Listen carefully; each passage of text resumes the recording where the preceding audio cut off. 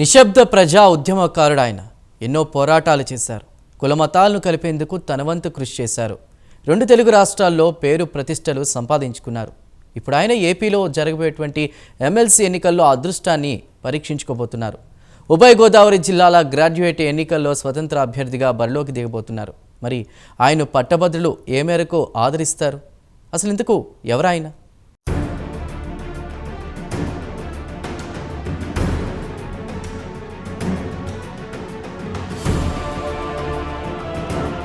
ఏపీలో ఎమ్మెల్సీ ఎన్నికల నగారా మోగింది. ఉమ్మడి గోదావరి జిల్లాల పట్టభద్రుల నియోజకవర్గాలకు, అలాగే శ్రీకాకుళం, విజయనగరం, విశాఖపట్నం ఉపాధ్యాయ ఎమ్మెల్సీ స్థానాలకు కేంద్ర ఎన్నికల సంఘం ఇప్పటికే ఎన్నికల షెడ్యూల్ని విడుదల చేసిన సంగతి తెలిసిందే. దీంతో ఏపీలో మరోమారు ఎన్నికల సందడి నెలకొంది. ఎమ్మెల్సీ ఎన్నికల షెడ్యూల్ విడుదలతో నాయకులంతా పోటీకి సన్నాహాలు చేసుకుంటున్నారు. ప్రధాన పార్టీలే కాకుండా ఇండిపెండెంట్ అభ్యర్థులు కూడా అదృష్టం పరీక్షించుకునేందుకు బరిలో దిగుతున్నారు. పెద్దల సభలో అడుగు పెట్టేందుకు తహతహలాడిపోతున్నారు.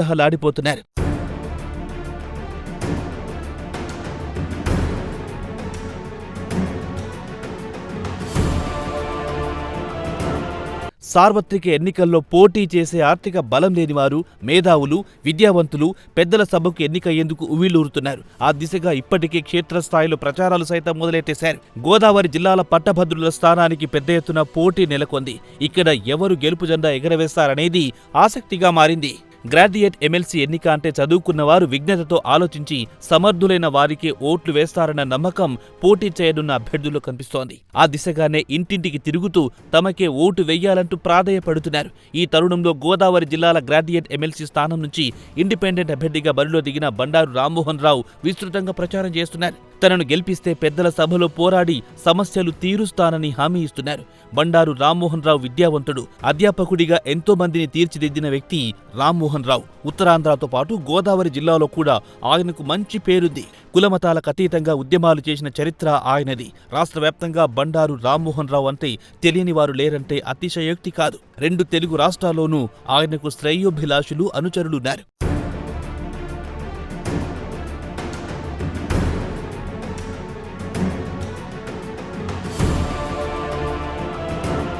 గత 20 సంవత్సరాలుగా బండారు రామ్మోహన్ రావు అనేక ప్రజా ఉద్యమాలు, సామాజిక కార్యక్రమాలు నిర్వహించారు.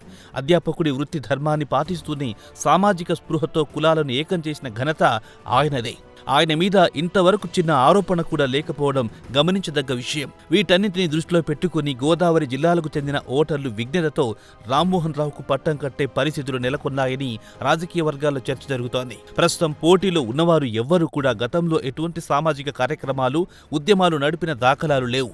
రామ్మోహన్ రావు ఎటువంటి ప్రయోజనాలు ఆశించకుండా విద్యార్థి, నిరుద్యోగ సంబంధిత అంశాలపై పోరాడటం ఆయనకు బాగా కలిసొచ్చే అంశం. రామ్మోహన్ రావుకు రాష్ట్ర స్థాయిలో గుర్తింపు తీసుకొచ్చిన ఉద్యమాల్లో ముఖ్యమైనవి సమైక్యాంధ్ర ఉద్యమం, కోనసీమ రైల్వే లైన్ సాధన ఉద్యమం, అన్ని కులాలను కలుపుకొని పోతూ కార్యక్రమాలు నిర్వహించగలిగే సత్తా, సామర్థ్యాలు రామ్మోహన్ రావు సొంతం. ఈయన గత 3 దశాబ్దాలుగా అధ్యాపకులుగా పనిచేయడం, అలాగే ఈయన మిత్రులందరూ అధ్యాపకులు, ఉపాధ్యాయులు కావడంతో ఉభయ గోదావరి జిల్లాలో వీరికి వేల సంఖ్యలో పూర్వ విద్యార్థులుండడం బాగా కలిసొచ్చే అంశం. అజాత శత్రువుగా పేరుగాంచిన రామ్మోహన్ రావుకు ఎవరితోనూ వివాదాలు, విభేదాలు లేవు. ఎన్నికల్లో ఎవరో నిలబెడితే నిలబడిన వ్యక్తి కాదు. స్వతంత్రంగా వ్యవహరిస్తూ సొంత వ్యక్తిత్వం కలిగిన వ్యక్తిగా పేరుగాంచారు. ఏదైనా పట్టుకుంటే దాని సంగతి చివరి వరకు చూసే వ్యక్తిగా గుర్తింపు పొందారు.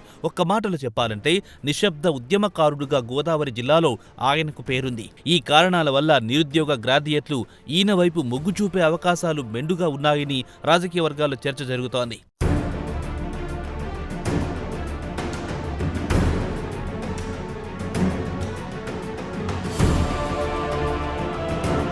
వివాదరహితుడిగా పేరున్న రామ్మోహన్ రావు అందరినీ కలుపుకునిపోయే మనస్తత్వం ఉన్న వ్యక్తిగా పేరు తెచ్చుకున్నారు.